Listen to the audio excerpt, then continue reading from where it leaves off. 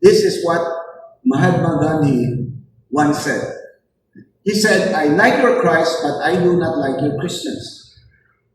Because your Christians are so unlike your Christ. I like your Christ, but I don't like your Christians. Because your Christians are so unlike your Christ. You know, today, a lot of unbelievers, probably we do not hear it, but a lot of unbelievers outside, they are saying the same things. They look at their friends and relatives who are Christians and say, what?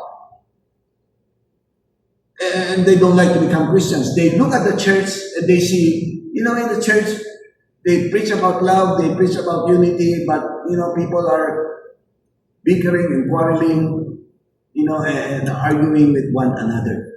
So I pray and hope that as a result of our study together, we will be able to truly live and serve the Lord in unity. Now, if you look at our passage today, you will see that there are at least 3 reasons that the Apostle Paul gave us, telling us why we should live in love and unity. And the first reason is this. We need to live in love and unity because all of us, we have the same calling. We have the same calling. If you look at the very first verse, it says, I, therefore, a prisoner for the Lord. Remember, Paul was in prison in Rome. I urge you to walk in a manner worthy of the calling to which you have been called.